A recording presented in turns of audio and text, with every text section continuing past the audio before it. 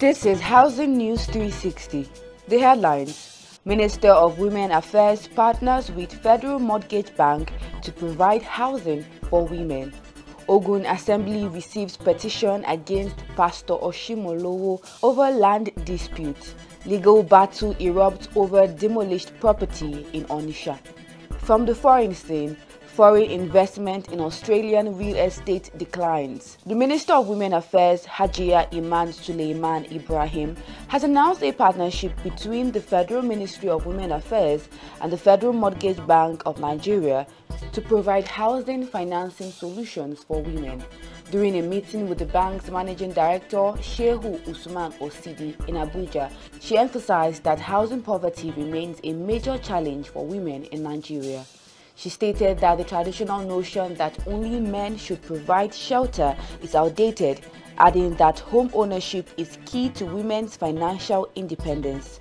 She also expressed concern over the living conditions of women in internally displaced persons camps and other vulnerable communities, stressing the needs for structured housing solutions.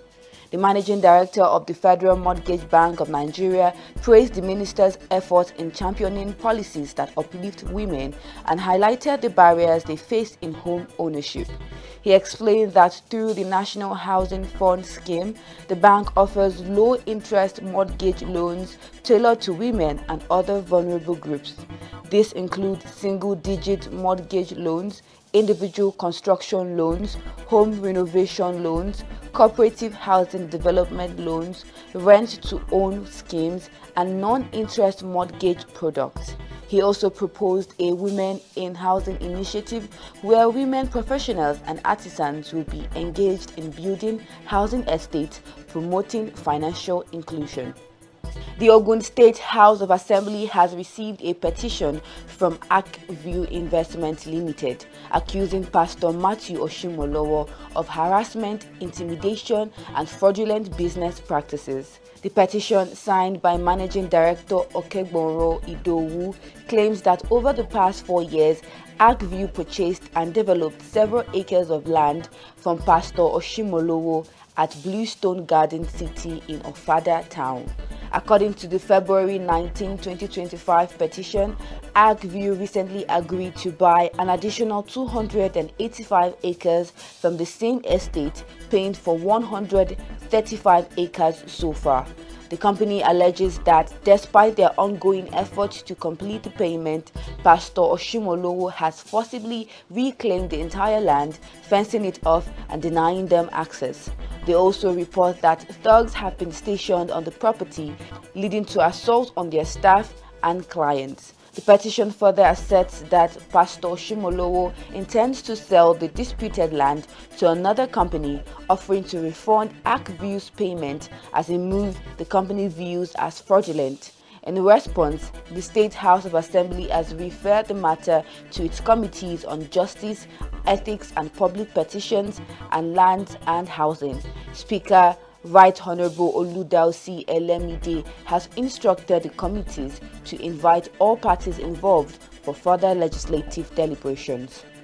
Officials of the Lagos Metropolitan Area Transport Authority, LAMATA, have begun consultations with local government representatives on the upcoming Purple Line Rail project.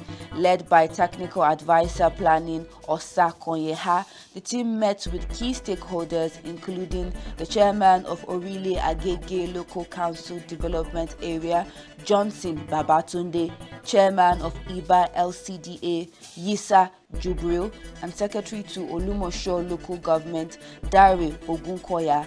The discussions focused on sensitizing local authorities ahead of the project implementation. According to Lamata, the Purple Line will cover 57 kilometers connecting Redemption Camp to Volkswagen and featuring 70 stations integrated into Lagos' existing rail network. The engagement team, including lead consultant Dr. Babatunde Osho and head of cooperative communication Kolawole Ojelabi, explained that this consultation is a crucial step before the environmental and social impact assessment scoping exercise. Local authorities pledged their support to the project, highlighting its potential to transform transportation and economic activities along the corridor. Lamata assured that the Purple Line would ease congestion, enhance mobility, and provide a more efficient transportation system for Lagos residents. The Enugu State House of Assembly has introduced a bill to regulate landlord-tenant relationships and curb exploitative practices in the state. Sponsored by Oke Umba, representing Nkanu East State constituency, the bill seeks to amend the Landlord and Tenant Law Cap 101, Laws of Enugu State 2024. It proposes capping agency and legal fees at a maximum of 10% and abolishing caution fees, which landlords often collect or fail to refund at the end of tenancy. The bill has expressed its first reading and is expected to undergo further legislative review. Foreign investment in Australian real estate has dropped significantly, with Chinese investors pulling back in large numbers. Chinese buyers spent about $700 million on Australian residential property, a sharp decline from $1,100 million just 3 months earlier. The latest report from the Foreign Investment Review Board now shows an even steeper fall, with only $400 million invested. Despite this, China remains the largest foreign investor in Australian real estate, followed by Taiwan, Hong Kong, Vietnam, and Indonesia. The commercial property sector, which typically attracts more foreign investors, has also taken a hit. In the last 12 months, total foreign investment in Australian commercial real estate dropped from $44.2 billion to an estimated $36 billion.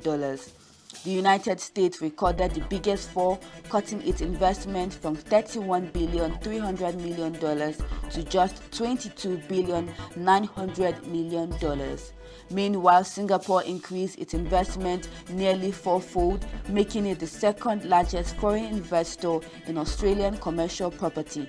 Experts say multiple factors are responsible for this decline, including China's weakening economy, stricter controls on capital leaving China, high property prices in Australia, and increased taxes on foreign buyers.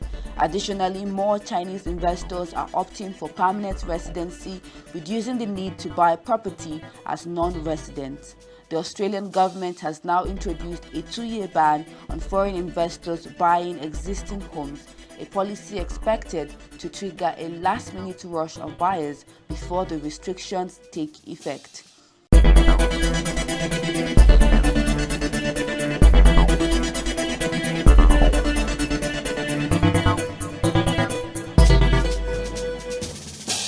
Visit Housing TV Africa on YouTube and click on the subscribe button. Subscribe to Housing TV Africa to stay updated on latest happenings in Nigeria's housing sector.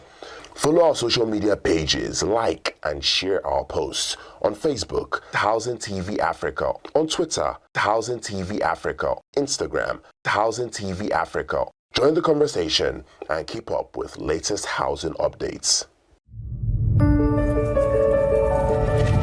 Housing TV Africa, your first in housing development broadcasting.